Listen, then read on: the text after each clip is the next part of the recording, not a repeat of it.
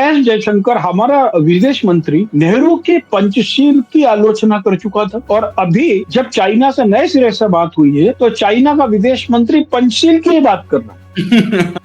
वो कह रहा है कि हमारे रिलेशन पंचशील के आधार पर ही टिके हुए। अभी आपका आर्मी अफसर कह रहा है कि हम चाइना से युद्ध लड़ रहे थे, पाकिस्तान से नहीं लड़ रहे थे। पाकिस्तान को पूरा लॉजिस्टिक सपोर्ट कौन दे रहा था? चीन दे रहा था, तुर्की दे रहा था। दूसरी बात, देशों ने हमारी सोवरेनिटी को खतरा पैदा किया, हम उन्हीं देशों के पास जाकर के मिल रहे हैं, बैठ रहे हैं कि पिछले 39 महीनों में रशिया से ऑयल इंपोर्ट किया है, उससे लगभग हमें $13 बिलियन का फायदा हुआ है, यानी कि लगभग 1 लाख करोड़ रुपए का फायदा हुआ है रूस से आयात करने। ये अच्छी बात है, भारत का राजस्व बढ़ा, लेकिन पूरे देश को सोचना चाहिए कि क्या इससे तेल की कीमतें कम हुई? 1 लाख करोड़ रुपए का फायदा हुआ था। सस्ता तेल लेने से हमें फायदा क्या हो रहा है? ये फायदा असल में जा किसके पास रहा? किसको फायदा हो रहा है? एथेनॉल मिलाने का फायदा नितिन गडकरी के लड़कों की कंपनी में जा रहा है, और रशिया से जो सस्ता माल ले रहे हैं उसका फायदा अंबानी को जा रहा है। मध्य प्रदेश की पूरी राजनीति जो है मुफ्त पर टिक गई है। देश का सबसे अधिक कर्ज में डूबा हुआ राज्यों में से एक है वो।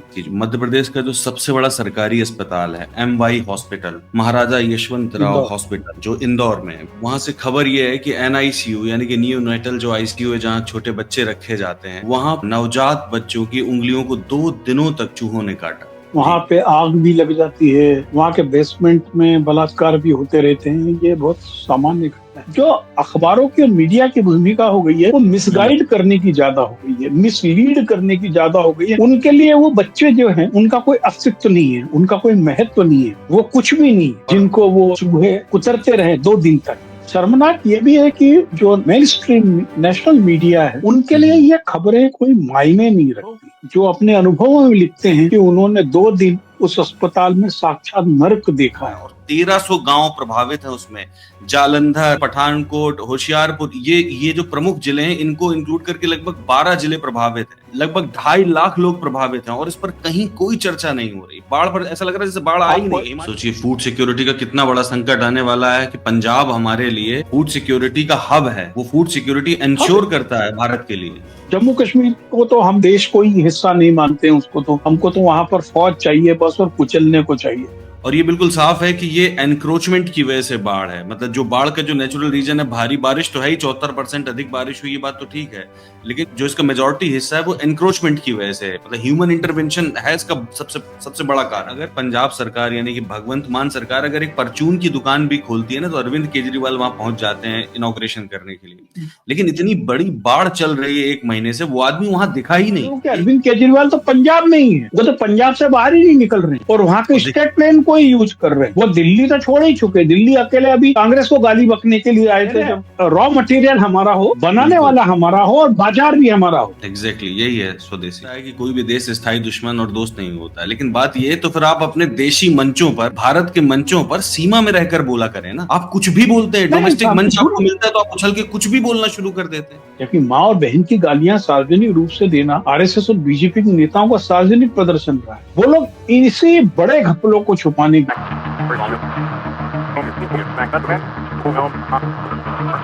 सलाम नमस्कार, मैं हूं कुणाल पाठक और आप देख रहे हैं द लखनऊ पोस्ट आज का अखबार। इस कार्यक्रम में मेरे साथ मेरे मेहमान हैं वरिष्ठ पत्रकार पंकज चतुर्वेदी जी। नमस्कार पंकज जी, स्वागत है। पंकज जी, मैं एक खबर लूंगा मध्य प्रदेश की। मध्य प्रदेश का जो सबसे बड़ा सरकारी अस्पताल है MY hospital, Maharaja Yashwantrao hospital, जो इंदौर में है, वहां से खबर ये है कि NICU यानी कि नियोनेटल जो ICU है, जहाँ छोटे बच्चे रखे जाते हैं, वहां नवजात बच्चों की उंगलियों को 2 दिनों तक चूहों ने काटा। और इसके अलावा ये कि ये मुझे नहीं पता मध्य प्रदेश के अखबारों में है कि नहीं, लेकिन यहाँ किसी अखबार में कोई खबर है, जबकि एक अहम खबर है, इसको होना चाहिए था। एक्चुअल MY अस्पताल में अव्यवस्थाएं कोई नई चीज नहीं है। वहां पे आग भी लग जाती है, वहां के बेसमेंट में बलात्कार भी होते रहते हैं। ये बहुत सामान्य घटना है। लेकिन दुर्भाग्य ये हुआ कि मध्य प्रदेश में जो बेसिक सुविधाएं हैं स्वास्थ्य को लेकर और शिक्षा को लेकर, उस पे अब कोई बात नहीं कर रहा। वही बात है, मध्य प्रदेश की पूरी राजनीति जो है मुफ्त पर टिक गई है। देश का सबसे अधिक कर्ज में डूबा हुआ राज्यों में से एक है वो। शायद 43,000 करोड़ रुपए का कर्ज है और हर हम्म 3 महीने में वो कर्ज ले रहे हैं और लाडली बहना और इन सब तरह की योजनाओं के लिए पैसा दे रहे हैं। अब आप देखिए ना कि जब आपके पास बेसिक इंफ्रास्ट्रक्चर के लिए पैसा नहीं है, शर्मनाक ये भी है कि अ, जो मेन स्ट्रीम नेशनल मीडिया है, उनके लिए हम्म, ये खबरें कोई मायने नहीं रखती। मायने नहीं रखती, बिल्कुल। मैं इवन आप तो इंदौर की बात कर रहे हैं, एमवाई हॉस्पिटल की। हम्म, मैं एक सोशल मीडिया पोस्ट पे आपका ध्यान दिलवाना चाहूँ। जी। वो सोशल मीडिया पोस्ट लिखी संजू पालीवाल ने। संजू पालीवाल जो आज तक के सीनियर एडिटर है और इस समय आज तक का जो साहित्य का हिस्सा है उसके इंचार्ज है। हम्म, उन्होंने 3 हिस्सों में उस पोस्ट को लिखा और बताया कि कैसे उनका सगा चचेरा भाई जो दिलशाद गार्डन में अकेला रहता था, उसकी तबीयत खराब हुई तो नीरस हॉस्पिटल जीटीबी हॉस्पिटल था, दिल्ली के सबसे बड़े मेडिकल कॉलेज और हॉस्पिटल में से एक है। ठीक है, बिल्कुल। वो अपने अनुभवों में लिखते हैं कि उन्होंने 2 दिन उस अस्पताल में साक्षात नर्क देखा है। तीसरी और चौथी मंजिल पर लोगों को स्ट्रेचर से अपने मरीजों को धकेल के ले जाते हुए, सुरक्षा गार्ड द्वारा लोगों के साथ मारा पीटी करते हुए, वहां पर नेग्लिजेंसी का जो आलम वो लिखते हैं, वो दिल्ली के जीटीबी हॉस्पिटल का लिखते हैं, जो ईस्ट दिल्ली का, जहां पे दिल्ली की 33% आबादी रहती है, वहां का सबसे बड़ा हॉस्पिटल है। गुरु तेग बहादुर हॉस्पिटल है दिलशाद गार्डन के पास में। उस वो एक अच्छा। बड़ा प्रेमिसिस है जहाँ पे मेडिकल कॉलेज है, जो शादरे का पागल खाना जो कहलाता है ना, मानसिक रोग का अस्पताल, वो उसके ठीक बगल में है। उसके ठीक बिल्कुल। बगल में कैंसर का सुपर स्पेशलिटी हॉस्पिटल है, उसको GTB hospital and medical college कहते हैं। वो ईस्ट हम्म, दिल्ली का यमुना पार्क का सबसे बड़ा सरकारी और सबसे पुराना, जी, जी, जी। शादरे का सबसे पुराना अस्पताल है। वहां का हम्म, वो विवरण लिख रहे हैं। अब चूंकि संजीव जी ने तो पहली बार देखा था, मैं तो यदा कदा कहीं ब्लड डोनेशन करने, कहीं किसी काम से आता जाता रहता हूँ। तो हम्म, आप सफदरजंग हॉस्पिटल चले जाए दिल्ली में, चाहे आप अभी आपको राम मनोहर लोहिया हॉस्पिटल, जो सबसे वीआईपी हॉस्पिटल है, संसद से आधा किलोमीटर दूर है, सभी एमपीज वहां पे आती। हम्म, एक बच्चे को किसी के घर में पालतू कुत्ते ने काट लिया। वो खिला रही थी तो उसके क्या हुआ, मुंह पे काट लिया कुत्ते ने। उस लड़की को बोला गया कि गवर्नमेंट हॉस्पिटल में ही वैक्सीनेशन होगा। तो सबसे ओके। पहले सफदरजंग हॉस्पिटल गए, वहां पे 3 घंटे लगे। वहां की घर स्थिति देख के भयावह होके ये लोग वहां से भाग गए। फिर आरएमएल आए। आरएमएल में इनको एंटी रेबीज इंजेक्शन तो दे दिया गया, लेकिन अगले दिन बोला गया कि चूंकि फेस पे कुत्ते ने काटा है, कोई एक इंजेक्शन वहां भी लगना है जहां पे डॉग बाइट है। जिस डॉक्टर के पास, जिस कंपाउंडर को ड्यूटी लगाई गई, उसने ब्रूटली एक तो इंजेक्शन मुंह पे मारा। जब उसके खून बहने लगा तो उन्होंने बोला कि इसका खून तो साफ कर दो, तो बोले बाहर जाके रुई खरीद लेना, हमारे पास नहीं है, वही साफ कर लेना जाके, या अपने ओके। पास रुमाल हो तो साफ कर लो। ये मैं अभी विद इन 15 डेज की बात बता रहा हूँ, आरएमएल हॉस्पिटल की। सभी जगह हमारे यहाँ कोई अब चर्चा नहीं होती है इन सब चीजों की। दिल्ली में जब मोहल्ला क्लिनिक का बड़ा हल्ला हुआ था, अब मोहल्ला क्लिनिक को आरोग्य मंदिर बना दिया गया है। अब आज सुनने में आया कि दिल्ली में भी कुछ 25 एक मोहल्ला क्लिनिकों को बंद किया जा रहा है। अब वो पहले से ही बंद है, फिर क्या बंद करेंगे। लेकिन ये जो चीजें हैं हॉस्पिटल की, पंजाब में केजरीवाल ने यही किया। जो पीएचसी थी, प्राइमरी हेल्थ सेंटर ऑलरेडी बने हुए थे 40-40 साल से, उनका नाम मोहल्ला क्लिनिक कर दिया अपना फोटो लगाने के लिए। आम आदमी क्लिनिक, आम आदमी पार्टी, आम आदमी क्लिनिक। हम्म। तो अच्छा, एक हमारे चीज यहाँ और ये, है। आप ये देखिए कि मंत्री उत्तरदायित्व तो पूरी तरीके से खत्म हो गया। जो ये जो पहली घटना जहां से हम लोगों ने शुरुआत की थी, और जो आपने बाकी सारी घटनाएं बताएं, पहली घटना में देखिए कि जो राजेंद्र शुक्ला जी हैं, ये हेल्थ मिनिस्टर और डिप्टी सीएम भी, उनका एक बयान नहीं है इस पर। सभी जगह मेन हेडिंग मध्य प्रदेश के अखबार में है महिला मोर्चा क्रोधित, महिला मोर्चा ने पीएम की मां को गाली देने पर यह किया। यानी आप मिस इंटरप्रिटेशन, मिस गाइड कर रहे हैं, आप मुद्दा विहीन हैं, बिल्कुल। आप वोट चोरी पे बात नहीं कर रहे हैं। तो यानी जो अखबारों की और मीडिया की भूमिका हो गई है, वो हम्म, मिसगाइड करने की ज्यादा हो गई है, मिसलीड करने की ज्यादा हो गई है। उनके लिए वो बच्चे जो हैं, वो उनका कोई अस्तित्व नहीं है, उनका कोई महत्व नहीं है, वो कुछ भी नहीं है, और जिनको वो चूहे कुतरते रहे 2 दिन तक। 2 दिन तक उतरते रहे, जरा सोचिए पहले नेग्लिजेंस का लेवल देखिए कि दो वेरी दिन तक नवजात बच्चों को वेरी उतरते रहे। Very unfortunate. ये जो दूसरी खबर है अपनी, वो पंजाब की बाढ़ को लेकर के है। इतना अफसोस हो रहा है अखबारों बहुत को देख करके, पिछले एक बहुत दुख। महीने से एक महीने से बाढ़ है और पिछले हफ्ते भर में कितनी ज्यादा बाढ़ हो गई। आप सोचिए, ना कहीं टीवी डिबेट पर इस पर बातचीत हो रही है, ना अखबारों के फ्रंट पेज पर मुझे कहीं कुछ नहीं दिख रहा है, और 1300 गांव प्रभावित है उसमें। जालंधर, पठानकोट, होशियारपुर, ये जो प्रमुख जिले हैं, इनको इंक्लूड करके लगभग 12 जिले प्रभावित हैं। लगभग 2.5 लाख लोग प्रभावित हैं, और इस पर कहीं कोई चर्चा नहीं हो रही। बाढ़ पर ऐसा लग रहा है जैसे बाढ़ आई आपको नहीं। हिमाचल प्रदेश में। आपको एक चीज मालूम है, जी। पंजाब में जिन इलाकों में बाढ़ आई है, वो शत हम्म। प्रतिशत सीमावर्ती गांव है, जिनकी सीमा पाकिस्तान से लगती है। और वहां हम्म। पर बहुत सारी जगह पर जो बॉर्डर पे बारबेड वायरिंग हुई हुई थी, वो टूट चुकी है। और बड़ी संख्या में मवेशी बह के पाकिस्तान चले गए वहां से। बिल्कुल। उधर पाकिस्तान कह रहा है, पाकिस्तान ने हमारे हाई कमीशन को बुला के बोला है कि आप लोगों ने बगैर उसके पांचों नदियों का पानी छोड़ दिया, क्योंकि जो पंजाब पाकिस्तान इंडिया का है, वही तो पंजाब पाकिस्तान का है। बिल्कुल। तो वहां पर झंग और मुल्तान तक में जो बाढ़ आई है लोअर इलाकों में, उनका कहना है हम्म। कि हम लोगों ने बगैर कहे बांध खोल दिए हैं। ये दुर्भाग्य है कि हम तो पूरी नदियों का पानी अपने ही समेट रहे थे। 12 जिलों में 4 लाख हेक्टर का धान खत्म हो गया है। बिल्कुल। और उतनी बड़ी जमीन पर जो रेत जम गई है, जो गाद जम गई है, वो 2 साल उस पर खेती नहीं हो पाएगी। अब सोचिए, फूड सिक्योरिटी का कितना बड़ा संकट आने वाला है कि पंजाब हमारे लिए फूड सिक्योरिटी का हब है। वो फूड सिक्योरिटी हब। इंश्योर करता है भारत के लिए। और ऐसा नहीं है ना, देखिए आज सबसे पहले जम्मू कश्मीर से शुरू हुई थी तबाही। बिल्कुल। जम्मू कश्मीर को तो हम देश को ही हिस्सा नहीं मानते हैं उसको तो। हमको तो वहां पर फौज चाहिए बस, और कुचलने को चाहिए। वहां पे केवल जब आर्मी का कोई ऑपरेशन होगा तभी खबर होती है। पंजाब हुआ, हम्म। अब कल से हरियाणा की भी यही हालत हो गई है। और यमुना के जो साथ मुझे बड़ा। उम्मीद है कि आने वाले एक हफ्ते में गाजियाबाद से लेकर और कैराना तक, जहां जहां यमुना के किनारे हैं, उन सभी जगह बाढ़ आने वाली, और तगड़ी बाढ़ आएगी, थोड़ी बहुत नहीं।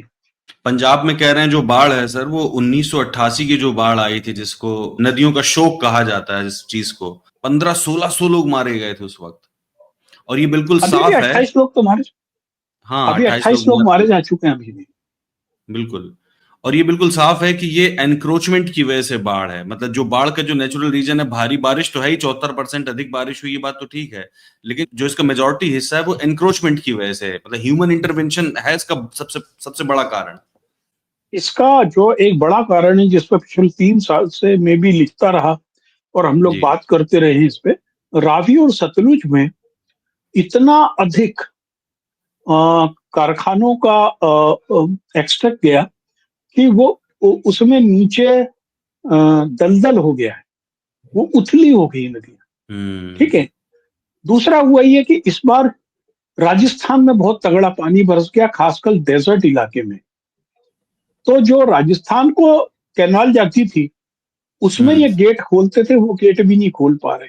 अब इसमें सरकार की मूर्खता आपको जोड़ दो। राजस्थान के साथ 13 जिलों में भयंकर बाढ़ है, अच्छा बरसात है।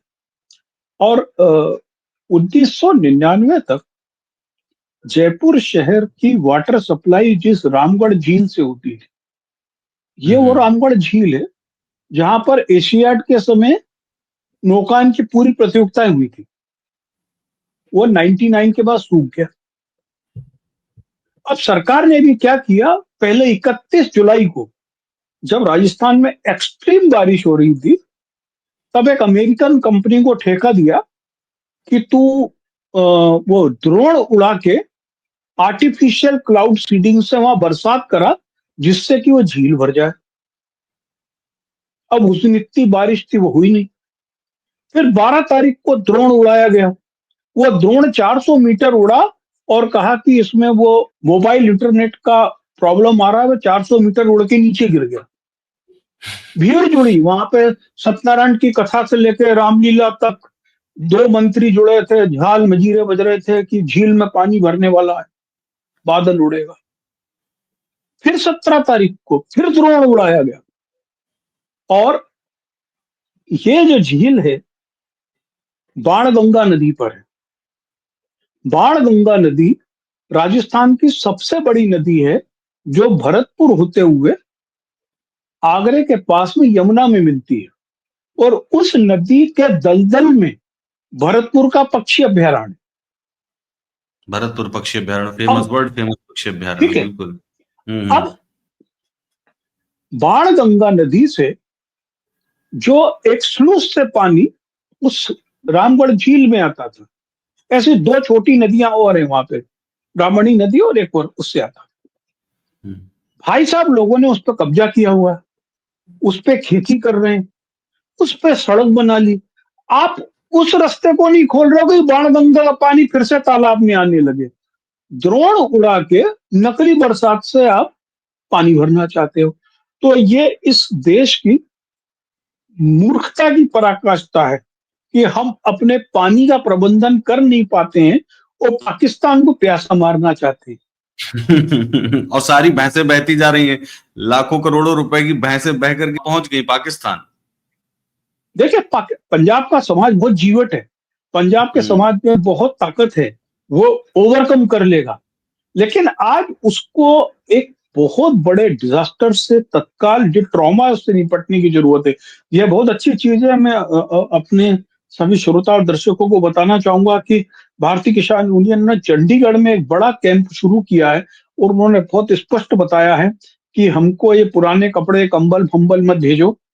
वहां पर फिनाइल चाहिए, वहां पे मच्छर मारने की दवा चाहिए, वहां पे क्लोरीन की गोलियां चाहिए, वहां पे डिटॉल चाहिए, वहां पे सैनिटरी पैड्स चाहिए, वहां पर पैरासीटामोल सरी की गोलियां चाहिए, वहां पर ड्रिंकिंग वाटर की पैक्ड बोतल चाहिए।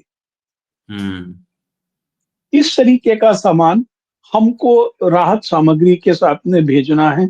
यदि कोई लोग मदद करना चाहें तो वो किसान यूनियन का जो चंडीगढ़ में बेस कैंप बनाया है, वहां पर व्यवस्था कर सकते हैं। और आज ये वक्त है। देखिए, पंजाब बहुत संवेदनशील राज्य है। जितने बाहर से आक्रांता आए देश में, उन सब से वो लड़के इस देश की रक्षा करता रहा। सिख धर्म दे के उसने धर्म की रक्षा की। और जब भारत में एक दाना अन्न के लिए हम लोग तरस रहे थे, पाकिस्तान अमेरिका का पीएल मंगा के खाते थे, तब पंजाब ने इस देश का पेट भरा हुआ अन्नपूर्णा है। तो आज यदि पंजाब संकट में है, तो इस देश का फर्ज है कि वो पंजाब के लोगों के साथ खड़े हो। बिल्कुल सही कहा आपने। आज अगर इस देश के गोदाम भरे हुए हैं तो वो सिर्फ पंजाब की वजह से है। चावल और गेहूं की तो कभी कमी ही नहीं होने दी।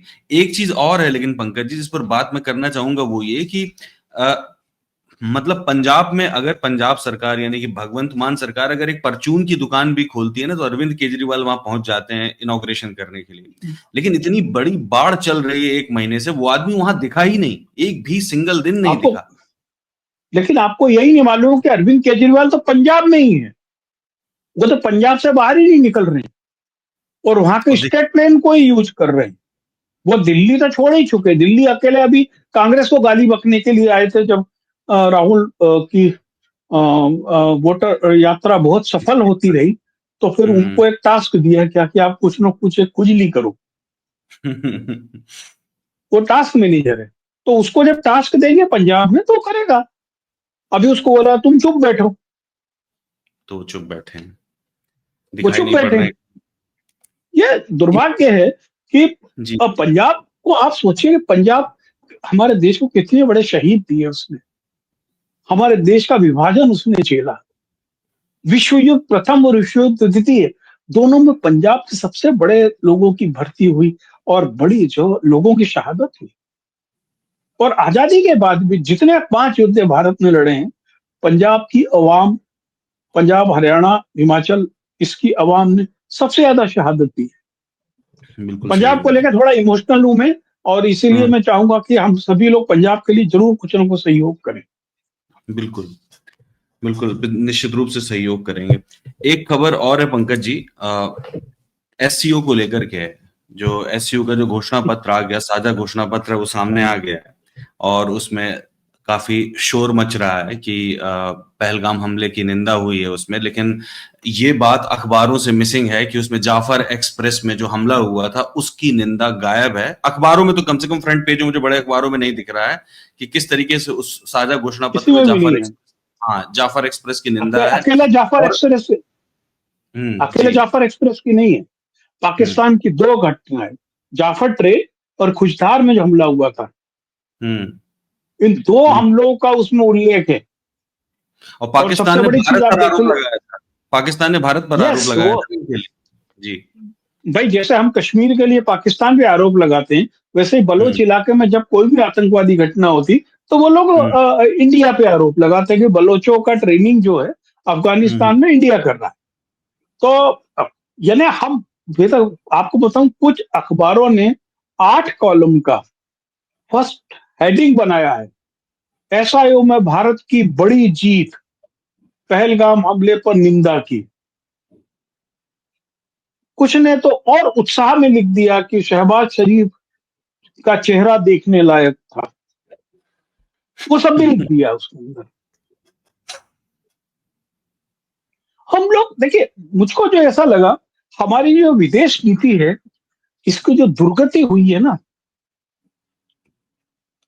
ये केवल इस चीज के लिए हुई कि हमने विश्व गुरु बनने के लिए, we are the best, we are the only best, इस चक्कर में अपनी पूरी एनर्जी खत्म कर दी। अभी आप देखिए, एस जयशंकर हमारा विदेश मंत्री नेहरू के पंचशील की आलोचना कर चुका था, और अभी जब चाइना से नए सिरे से बात हुई है, तो चाइना का विदेश मंत्री पंचशील की बात कर रहा है। वो कह रहा है कि हमारे रिलेशन पंचशील के आधार पर ही टिके हुए हैं।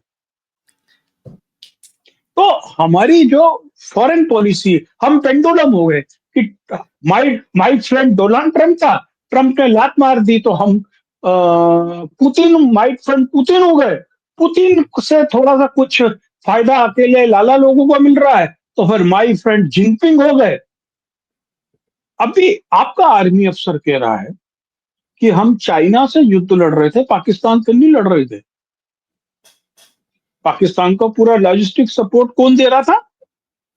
चीन दे रहा था, तुर्की दे रहा था। दूसरी बात, जिन देशों ने हमारी सोवरेनिटी को खतरा पैदा किया, हम उन्हीं देशों के पास जाकर के मिल रहे हैं, बैठ रहे हैं। बड़ी अजीब बात है, आयरनी है ये। नहीं, और वो अभी 1 महीने पहले मोदी जी का भाषण बहुत चर्चित है। हम गणेश जी छोटी वाला। आंख वाले गणेश जी क्यों मंगाए? अब छोटी पूंछ वाले बन के बैठे हैं वहां पर। हमारे देखिए, हम लोग स्वदेशी को क्या मतलब समझ रहे हैं? यदि एप्पल का जो फोन है वो इंडिया में बनने लगा तो स्वदेशी है क्या? बिल्कुल नहीं है, बिल्कुल नहीं।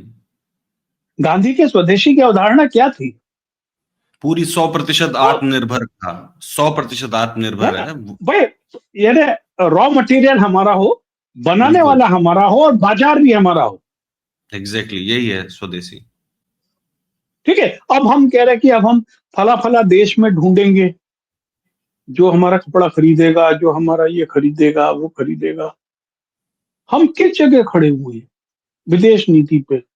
ठीक है, इसमें कहीं कोई शक नहीं है कि कोई फॉरेन पॉलिसी में कोई स्थायी दोस्त नहीं होता, कोई स्थायी दुश्मन नहीं होता।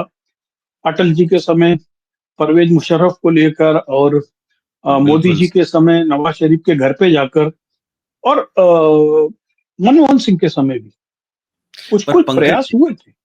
पर पंकज ये बात सही है, ये हर कोई इस बेसिक को समझता है कि कोई भी देश स्थायी दुश्मन और दोस्त नहीं होता है, लेकिन बात ये तो फिर आप अपने देशी मंचों पर, भारत के मंचों पर सीमा में रहकर बोला करें ना। आप कुछ भी बोलते हैं, नहीं, डोमेस्टिक आप मंच झूठ। आपको मिलता है तो आप उछल के कुछ भी बोलना शुरू कर देते हैं। अरे आपको मैं याद दिलाऊं, जिसको हम सब लोग भूल रहे हैं, जब जी। अफगानिस्तान में तालिबान का शासन आया था, तो इंडिया के जितने हिंदी के चैनल थे, उन्होंने पूरा 1 महीने तालिबान अब ये करेगा, तालिबान अब ऐसा करेगा, तालिबान अब इंडिया में हमारे ये कर देगा, वो आतंकवादी को उछड़ देगा, हुआ था ना।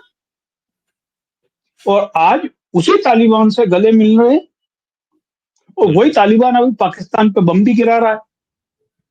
वही और तालिबान, पाकिस्तान का सही कहना है कि तालिबान के साथ मिलकर इंडिया जो है हम्म। बलूच के आतंकवादी तैयार कर रहा है। भाई, जो फॉरेन पॉलिसी होती है ये नहीं होती है कि ट्रंप की जीत के लिए हम बनारस में हवन करने लगे, उसको लड्डू खिलाने लगे, फिर वही लड्डू छोड़ा के उसको लात मारने लगे। बिल्कुल, इसमें थोड़ा सा मतलब अनुशासन की जरूरत थी बातचीत में। ना वो अनुशासन प्रधानमंत्री के अंदर दिखता है विदेश नीति को लेकर, ना भारत की मीडिया में दिखता है। बिल्कुल उच्छृंखल हो जाते हैं अरे भारत के बाप रे बाप। प्रधानमंत्री भी और मीडिया भी, दोनों ही। अरे प्रधानमंत्री को आप देखो ना, विदेश में किसी के साथ मिलता है तो पहले गले मिलना, फिर दांत निकाल के बहुत जोर से हंसना, फिर कमर में हाथ डाल देना। व्हाट इज नॉनसेंस यार। हमारा ये इंडियन मीडिया है जी कि जी। वो देखो, हमारा शेर जो है उसने सबको मिलवा दिया, अमीरा के खिलाफ खड़ा कर दिया। हम तो यूक्रेन के भी गले मिल रहे हैं अभी। माय फ्रेंड जेलेंस्की भी है अभी तो हमारा। हाँ, माय फ्रेंड जेलेंस्की भी है। भाई आप नाटो कंट्रीज से या हम्म। यूरोपियन यूनियन से रशिया की शर्त पे रिश्ते नहीं तोड़ सकते हैं। अब बांग्लादेश का क्या हुआ भैया? बांग्लादेश में तो अभी बड़ी क्रांति कर दी थी हम लोगों ने, अब शांत हो गए। बांग्लादेश में जो कुछ भी हुआ वो भारतीय इंटेलिजेंस एजेंसी और भारतीय राजनयिक असफलता के कारण हुआ था। समय रहते हमारी हम कुछ भी नहीं। जिम्मेवारी बड़ा देश होने के कारण कि वहां पर बिल्कुल। उन सभी देशों में, चाहे मालदीव हो, चाहे श्रीलंका हो, चाहे बांग्लादेश हो, वहां पर राजनीति हमारे लोगों के अनुरूप चले, इसको तय करने की। हम नेपाल में तय नहीं कर पा रहे हैं, वो अभी भी लिपू लेक पे हमको डंडा दिए हुए हैं। पूरे तीनों तो एरिया क्या है में कि वो परेशान कर रहा है, लिपुलेख, काला पानी, सब में परेशान किए हुए हैं। वो जो 3 क्षेत्र विवादास्पद क्षेत्र थे नेपाल के साथ हमारे, उनमें सब में है। पंकज जी, एक खबर और है कि ये आखिरी खबर है जिस पर हमें चर्चा करनी चाहिए, वो ये कि एक रिपोर्ट है जिससे पता चलता है कि पिछले 39 महीनों में हमने रशिया से ऑयल इंपोर्ट किया है, उससे लगभग हमें $13 बिलियन का फायदा हुआ है। यानी कि लगभग 1 लाख करोड़ रुपए का फायदा हुआ है रूस से आयात करने में। ये अच्छी बात है, भारत का राजस्व बढ़ा। लेकिन आप जरा सोचिए, और पूरे देश को इस बात को सोचना चाहिए कि क्या इससे तेल की कीमतें कम हुई? 1 लाख करोड़ रुपए का फायदा हुआ था। सस्ता तेल लेने से हमें फायदा क्या हो रहा है? ये फायदा असल में जा किसके पास रहा? किसको फायदा हो रहा है? नहीं, इसमें और चीज जोड़ लीजिए ना। जी। जो हम 20% एथेनॉल मिला रहे हैं, हाँ, बिल्कुल। उसका फायदा किसके पास जा रहा है? एथेनॉल मिलाने का फायदा नितिन गडकरी के लड़कों की कंपनी में जा रहा है। हम्म। और रशिया से जो सस्ता माल ले रहे हैं, उसका फायदा अंबानी को जा रहा है। हम लोग तो झुंझुना है। हम लोग केवल इसमें व्यस्त हैं कि महिला मोर्चा की कार्यकर्ताओं ने मां की गाली देने के खिलाफ प्रदर्शन किया, जबकि मां और बहन की गालियां सार्वजनिक रूप से देना आरएसएस और बीजेपी के नेताओं का सार्वजनिक प्रदर्शन रहा है। वो लोग इसी बड़े घपलों को छुपाने के लिए, एथेनॉल का मसला इतना महत्वपूर्ण था और कल सुप्रीम कोर्ट में वो रिजेक्ट करवाया गया, क्योंकि ये आमतौर पर आरएसएस और बीजेपी के लोग ये बहुत करते हैं। अपने किसी आदमी से रिट लगवाते हैं और फिर उसको किसी पुअर ग्राउंड पे उसको कैंसिल करा देते हैं। कल सुप्रीम कोर्ट ने किस आधार पे उस रिट को रिजेक्ट किया है मालूम है आपको? आपने तो सब अखबारों में पढ़ लिया। हम्म। पेट्रोल में एथेनॉल मिलाने की अर्जी को सुप्रीम कोर्ट ने रिजेक्ट कर दिया। हम्म। उसका केवल एक आधार है कि जो अर्जी लगाने वाला है वो भारत का नागरिक नहीं, वो इंग्लैंड का नागरिक था। वो कोर्ट ने बोला कि आप ये सब जाके इंग्लैंड में करिए, आपको यहाँ बोलने का कोई हक नहीं है। अब आप देख लीजिए, तकनीकी आधार पर कुछ भी नहीं हुआ उसमें। बिल्कुल, बिल्कुल सही कहा आपने। ठीक है। तो ये इंटेंशनली प्लांट किया जाता है इन सब चीजों को लेकर, और उसके ऊपर सुप्रीम कोर्ट से लेकर ठप्पा लगवा के एक हल्ला किया जाता है। क्योंकि अभी पिछले 15 दिन से बड़ा हल्ला हो रहा था कि एथेनॉल की कंपनियों से नितिन गडकरी को फायदा हो रहा है, तो उन्होंने सुप्रीम कोर्ट से उस पर ठप्पा लगवा दिया। अब शोर मचाते घूमेंगे कि सुप्रीम कोर्ट ने ये याचिका ही खारिज कर दी है, बस खारिज। उसके जबकि ग्राउंड क्या है उसका? विदेशी नागरिक होने का ग्राउंड है। इस याचिका को यहाँ सुप्रीम कोर्ट में लगा ही नहीं सकता है। सबसे बड़ी चीज थी कि उसकी याचिका को रजिस्ट्री ने लिया क्यों, जो वो फॉरेन रेसिडेंट था, तो ये बात सही। रजिस्ट्री को ही नहीं लेना था भाई। हम लोग तो एफिडेविट देते हैं ना, कोई भी रिट लगती है उसमें हलफनामा लगता है, आपका रेसिडेंशियल सर्टिफिकेट लगता है, सब कुछ लगता है उसमें। और पंकज ये जी, अगर जानबूझ कोई, करके कर, हाँ, जानबूझ कर किया गया। और अगर आधार मान लीजिए अनुच्छेद 21 का होता, राइट टू लाइफ, तो फिर भी समझा जा सकता था देशी नागरिकों विदेशी नागरिकों सबके लिए। ये तो उससे संबंधित भी नहीं था, कुछ भी नहीं। कायदे से अब आप रजिस्ट्री को ही देखिए कि कैंसिल। आज सेंट्रल विजिलेंस कमीशन की एक बड़ी रिपोर्ट को आप देखिएगा, इसको हम अगले हफ्ते शायद चर्चा करें कि जी किस तरीके से सीबीसी की रिपोर्ट में बताया गया है कि देश में सीबीआई के खिलाफ या भ्रष्टाचार के कितने मामले ऐसे हैं जो 20-20 साल से पेंडिंग है, कई हजार मामले अपील में पेंडिंग का तो हिसाब ही नहीं है। क्यों ऐसा होता है? हमारे यहाँ भ्रष्टाचार केवल एक राजनीतिक मुद्दा है कि आरोप लगाओ, उसके आधार पे किसी को मेलाइन करो और चुनाव जीत लो, फिर आगे बढ़ जाओ। यही है एग्जैक्टली। यही भ्रष्टाचार का असर हमारे जीवन में पड़ रहा है। जो आपने सवाल किया कि सस्ते क्रूड ऑयल या एथेनॉल मिलाने का हमको फायदा क्यों नहीं हुआ आज तक, हमको क्यों नहीं सरकार, हुआ फायदा? बिल्कुल सही कहा आपने। ये आपने बिल्कुल सही पॉइंट आउट किया, और शायद इसीलिए नोवारो साहब हैं जो ट्रेड एडवाइजर हैं ट्रम्प, वो जो है अंबानी को टारगेट कर रहे हैं, अडानी को टारगेट कर रहे हैं कि ये आखिरकार इन्हीं लोगों को फायदा पहुंचाने के लिए रशियन ऑयल लिया जा रहा है। ठीक है पंकज जी, इस बातचीत को भी यहीं